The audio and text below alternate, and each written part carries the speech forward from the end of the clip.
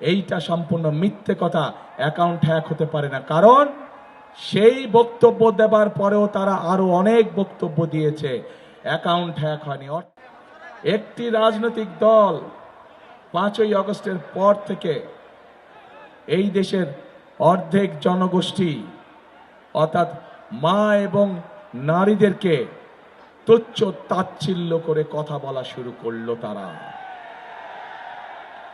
একটি রাজনৈতিক দল উঠে পড়ে লাগলো কিভাবে মা বোনদেরকে ঘরের ভিতরে আটকে রাখা যায়।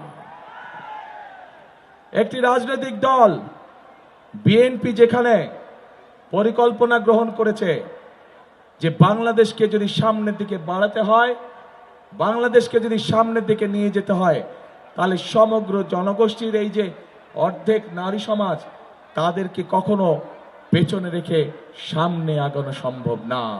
কারণ আমরা বিশ্বাস করি দেশকে পুনর্গঠন করতে হলে, দেশকে গড়ে তুলতে হলে নারী পুরুষ সকলকে একসাথে কাঁধে কাঁধ মিলিয়ে কাজ করতে হবে। কিন্তু আমরা অত্যন্ত কষ্টের সাথে দেখলাম কয়েকদিন আগে একটি রাজনৈতিক দলের এক শীর্ষ নেতা একটি আন্তর্জাতিক গণমাধ্যমে বলে বসলো যে নারীদেরকে তারা কোন দৃষ্টিতে দেখে। শুধু তাই নয়, গতকাল আমরা দেখলাম, প্রিয় ভাই বোনেরা, গতকাল আমরা দেখলাম সেই নেতা, সেই রাজনৈতিক দলের নেতা বাংলাদেশের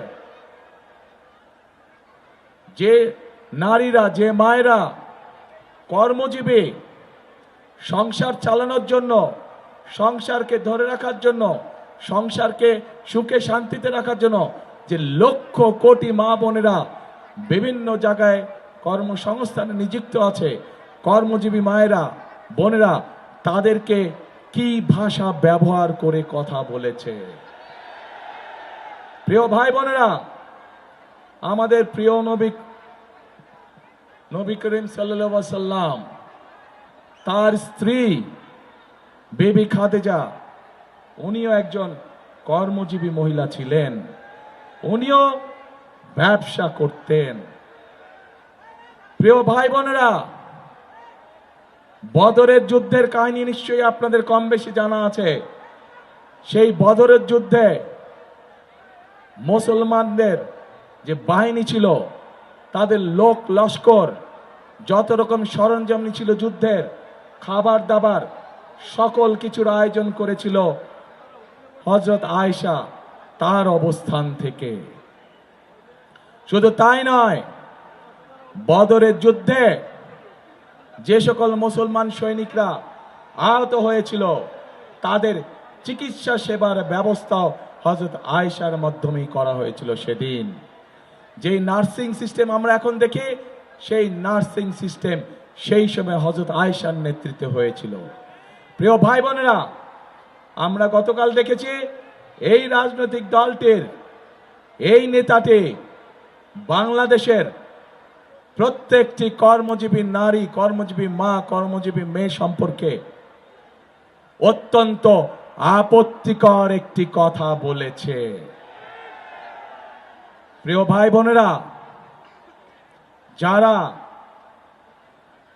নিজেদের দেশের মানুষকে এইভাবে আপত্তিকর বিশ্লেষণ করে, তাদের কাছ থেকে কি বাংলাদেশের জনগণ ভালো কিছু আশা করতে পারে?